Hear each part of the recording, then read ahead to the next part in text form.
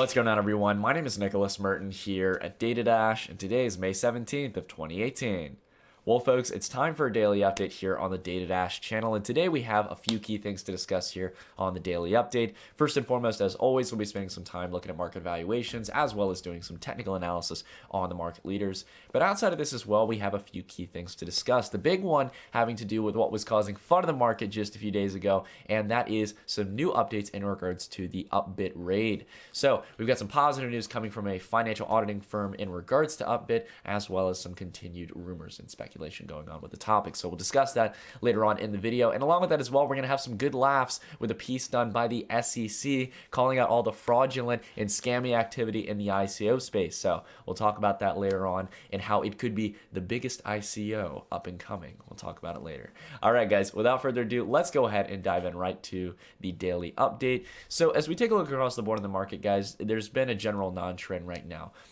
Over the past few days, we had obviously had the Korean FUD come in, as well as a little bit of the FUD in regards to potentially breaking down below 8,000, which we talked about on the past few live streams and past few daily updates. But at the moment, there hasn't been too much serious sell-side action. There's really been a lack of volume in the market, which has left us with a few players in the green, obviously, as well as some in the red, but across the board, most players at a relatively flat valuation. There's not too much volatility in the market right now because there's not enough volume.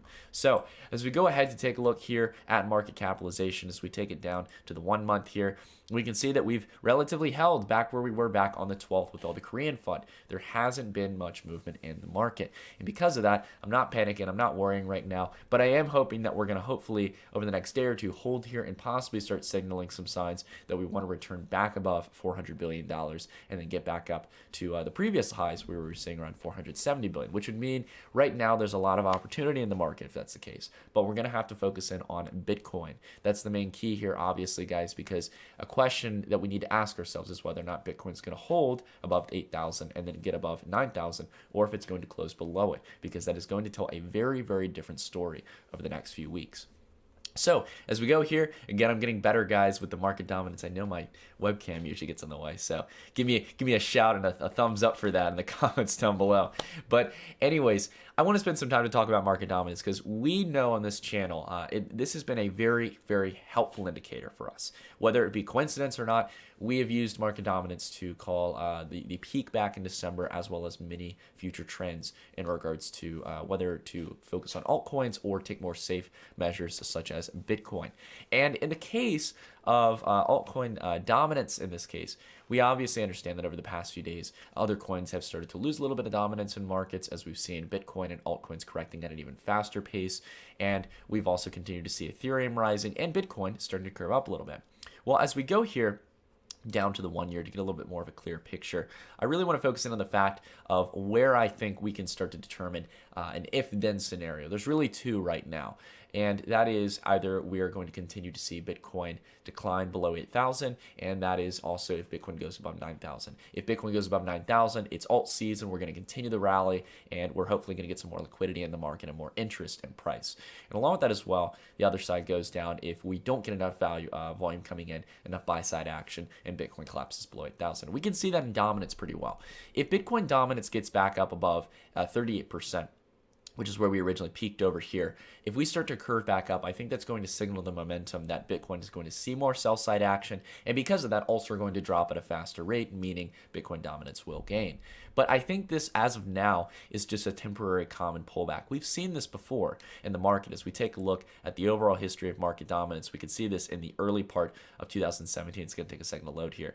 We've had these stagnation periods before during the beginning of alt season, where we have a pretty sharp decline in Bitcoin dominance and then a continuation where it goes even faster as we get more exponential upside price action in altcoins. I think that's going to be the same case. I don't think we'll drop as rapidly in market dominance because we don't have that much leg room to lose, but that means both Bitcoin as well as altcoins are going to possibly do very, very well. I think it's more likely, especially with the signal that Ethereum dominance is continuing to rise even as other coins are dropping, meaning that people are stacking up on Ethereum and they're getting ready and prepared to invest in ICOs. It's just the name of the game, guys. That's how it's working right now. That's what Ethereum is being used for. It is the payment method, the capital raising method of ICOs. So it signals that risk taking might be around the corner. Just kind of putting that out there. That's my general philosophy.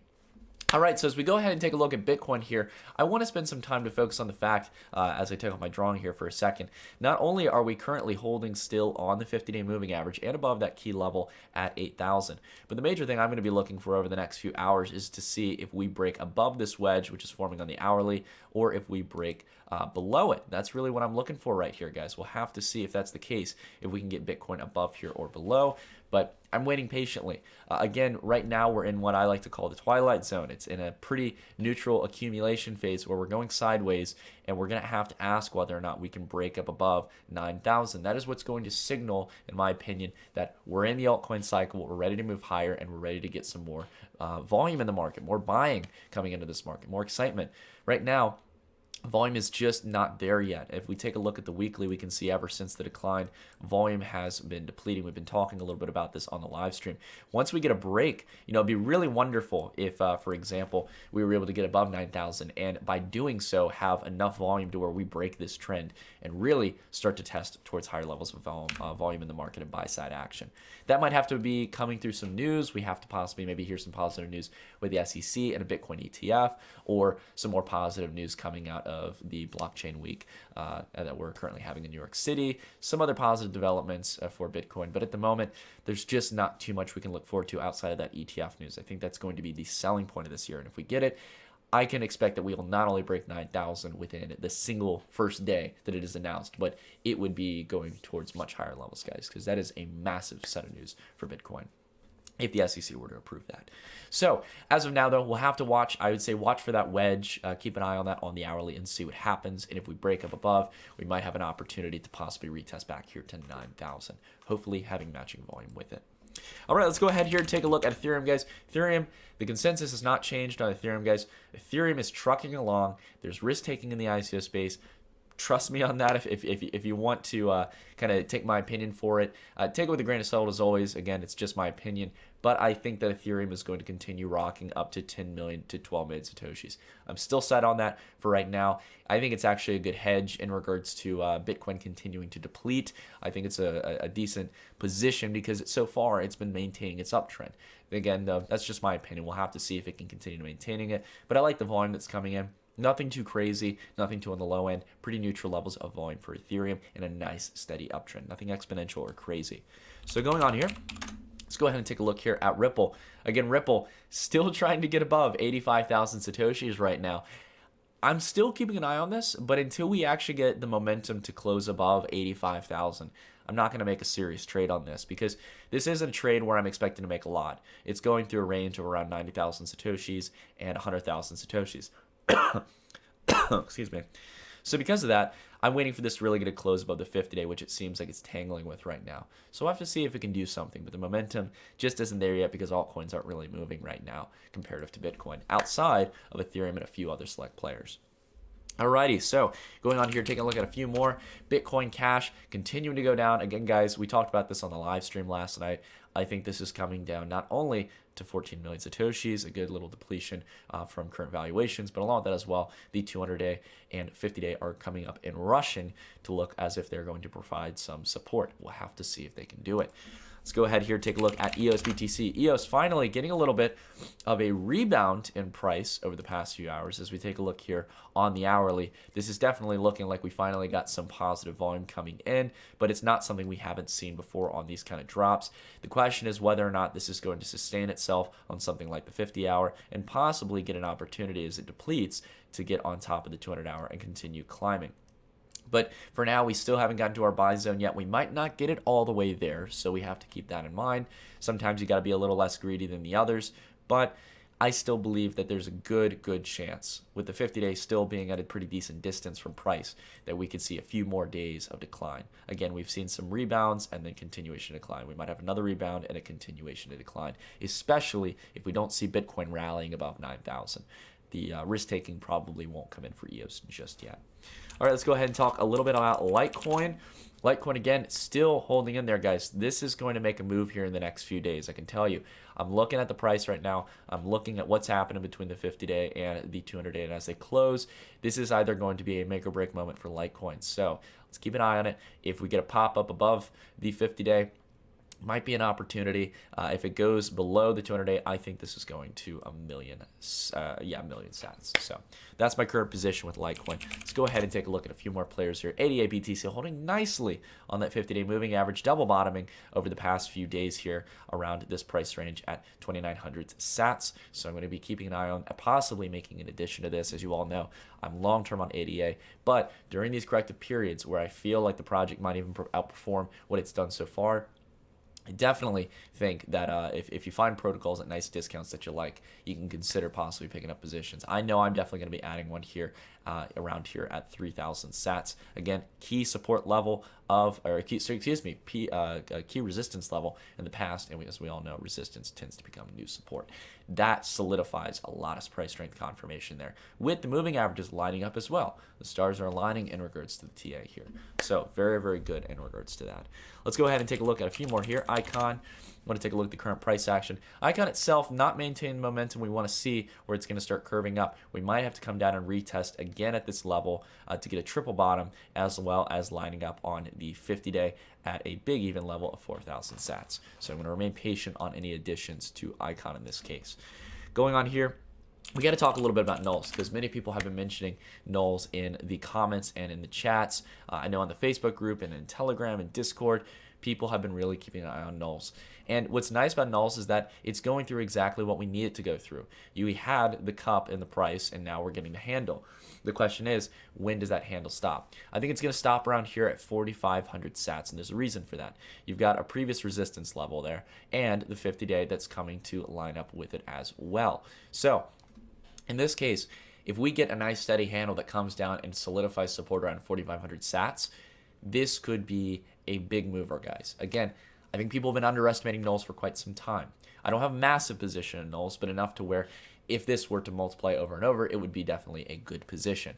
So if you guys want, definitely check into nulls. I think it's a good project. Again, there's a lot of these protocols that are sitting in around the $150 million market cap range. I think in the case of nulls, it was at 200 million the other day, but now it's around the $150 million range.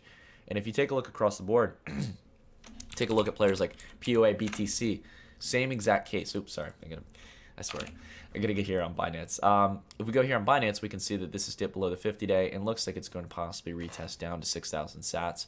Nice discount from where it was back at 10,000 satoshis a few days ago. So again, look for these protocols that are providing good discounts. Someone pointed out as well, Aeon, taking a look at a few other players that we usually don't cover, coming down from 4,500 sats down to 3,200, back down almost towards its base. Just a few more sats to go in regards to that. Might be holding here at 3,000, a big even that it's held in the past. Again, look for cheap protocols that you like, guys. Do your research during this time period, because things aren't moving just yet, and they're providing nice discounts. So definitely keep an eye on some big market players like that. Chain, finally coming down to that beautiful 50-day moving average. Looks like this is finally at a level where we've seen a nice correction in Chain. Finally a cool down. So who knows, might continue to higher levels. We'll have to see if it's going to garner support here. Same goes for Ontology. Ontology is curving back over, looking like it wants to come back down to 7,000 satoshis, and look what moving average is coming right up to potentially support it. So that's it for the TA, guys. Let's go ahead and dive into the headlines. Alrighty, so let's talk a little bit about UpBit here. So UpBit was causing a pretty good stir of FUD over the past few days, back on, I think it was around May 11th and May 12th. And because of that, we saw a pretty decent decline in market valuations. We were seeing some altcoins dropping 5, 10, 15, 20%, and Bitcoin taking a decent hit as well, going from its well sought out level around 9,000 down to around the mid 800s. So let's talk a little bit about what we have in regards to some positive news. We don't have much details in regards to the recent raid that the South Korean government had enforced on UpBit and going in regards to why they're concerned. But we do know that at least on a surface level that here on UpBit, there's been some positive news that have come out from in regards to an auditing firm that has gone about auditing UpBit's books, pretty much what it owns and the crypto that it has in reserves. And looking through their balance sheet, they found that there was no inflation of what they actually owned. So it's good news in regards to that. That shows that the potential fraud that the South Korean government was worried about in regards to UpBit doesn't really have to do with their books. It looks like they've got the actual money that they're talking about, or the crypto in this case. But this week, we are expecting to possibly get the official release from the FSS, the Financial Supervisory Services in South Korea.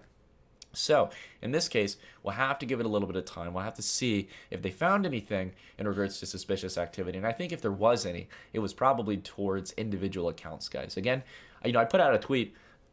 Excuse me, guys. Sorry, my throat's a little sore today. But in regards to UpBit, here's the thing. I understand. We've seen massive companies before that are well positioned, that get too greedy and they mess around. Enron is a perfect example. I think someone replied that to my tweet. But it is very, very rare to find companies, especially in an opportunistic market like this that is so young, where they're only still processing $2 billion in volume a day, where this could be much, much larger. It would be so idiotic for UpBit at this point in a game theory sense to try to cheat the market, to try to pinch pennies on something that is still so early like this, an entirely new emerging currency market. I just don't see UpBit doing it. And with the regulatory environment, and as we all obviously saw how quick South Korean government officials responded to potential fraud, I don't think they would be trying any kind of tricks up their sleeves. It just doesn't seem to make sense in that case. But again, we never doubt that there can always be a little too much greed in some people's minds. Again, some people step the line and they go towards doing things that are not rational. So as we go through here, there's a little bit more details. There was some concerns as well someone had brought up. We were talking about the auditing firm coming out and clearing on the books, but if I can get the quote here, there was supposedly an area where they were saying how there was, oh, here it is right here. At the time, there were several inside sources that had stated that the investigation stemmed from a liquidity issue. So this goes again with questioning if there was fraud in regards to what they have on their books, in regards to the actual currencies they own. But supposedly, they were only operating 90 cryptocurrency wallets for the 130 cryptocurrencies listed on the platform. So this was a concern for some people if they actually had the liquidity behind it. But in this case, I think that in some cases, for the 40 that you might have on there, these might be potential delistings. I know, for example, Bittrex is continuously delisting cryptocurrencies and slowly adding new ones. And along with that as well, again, it might just be the fact that they haven't gotten out there and published the other different 40 wallets that they might own, or at least some of those 40 wallets. So we'll have to see if they actually have a liquidity issue. If they do, that would be something to be concerned about, to actually have people trading cryptocurrencies that they don't have on the books or don't have the capital to purchase in order to back up the trades and the ownership on the exchanges. That would be definitely something of concern. But at the moment, again, this is inside sources, nothing legitimate. Could just be FUD drilling into the market. Alrighty, so for the last thing we're going to be talking about, a good set of laughs here. The SEC has done a wonderful, wonderful thing. People say governments don't produce anything. I beg to differ. The SEC just produced a very, very funny website going out there and calling out not only the craziness of the ICO space, but also some signaling signs that you should look for in regards to avoiding scams and fraud in the cryptocurrency space to educate investors across the board. So as we go through, you can dive through the article. The project is known as Howie Coins. Could it be the next big ICO, guys? I don't know. I mean, they've got some massive bonuses. So I think I might put my life savings in this. I don't know, guys. We'll have to see. No, but the offer isn't real, obviously. But Howie Coins itself is a really, really good template website to learn about how to spot an ICO scam. You've got the beachfront view. Pre-ICO sale is live. 15% bonus ends in so or so days. There's always going to be these flashy things right away. A button joining into the token sale, learning more very quickly. And also, I mean, if you just go across the board, they've nailed it pretty well. It's a pretty basic website. One thing that they got wrong is they didn't have all the little dots and lines connecting, symbolizing blockchain in the background. They should have had that over the beach, because I don't really know it's a blockchain project in this case. So in that case, I'm a little bit disappointed. But as we take a look across here, they have like the bottles of champagne and the platinum 25% discount, the gold discount, silver and bronze. And then they've got obviously the list of their team. I'm assuming some of these people are either stock photos or people who worked on making this parody site. I'd love to figure out who. But obviously, all fake identities, just going through and giving testimonials. Why don't they have Data Dash on here? I want to give it. look, I want to show a little bit for Howie coins. I want some of these coins, okay? No, but anyways, they've got all the kind of stuff that you would expect in a project, guys. It's pretty damn funny. I got to give credit to them. And I think that this is a fun, educational way to help spot these kind of scams. It's just a matter of getting it out there for people. And hopefully I've helped in doing that, just to share a little bit about what you should look for, guys. There's a lot of scams out there. It is a big epidemic right now. It's getting better, I gotta say. The ICO space is getting a little bit more mature, and money is getting a little bit smarter, but the money is in other ways getting more stupid. They're tossing mass amounts of money on the institutional side towards projects. But what I'm concerned about more than anything, I don't care so much about what the institutions do. I care about retail investors not losing their shirt. And this is the kind of stuff we need in this space to help educate people. So look, you can have your opinions on the SEC, guys. It's got its positives, it's got its negatives. The SEC has done a nice job here with Howie coins, in my opinion. So, love to hear what you all think down below about Howie coins and what you think about the recent news in UpBit as well as the rumors. And what do you all think about the current stance in the market right now? Let's get a discussion going. Definitely hop down into the comment section down below or into our Discord that we have open and free for the community, where you guys can go ahead and ask any questions and talk with people. But anyways, everyone, that's it for the video. Thank you all so much for watching, and I'll see you all in the next one. Stay tuned.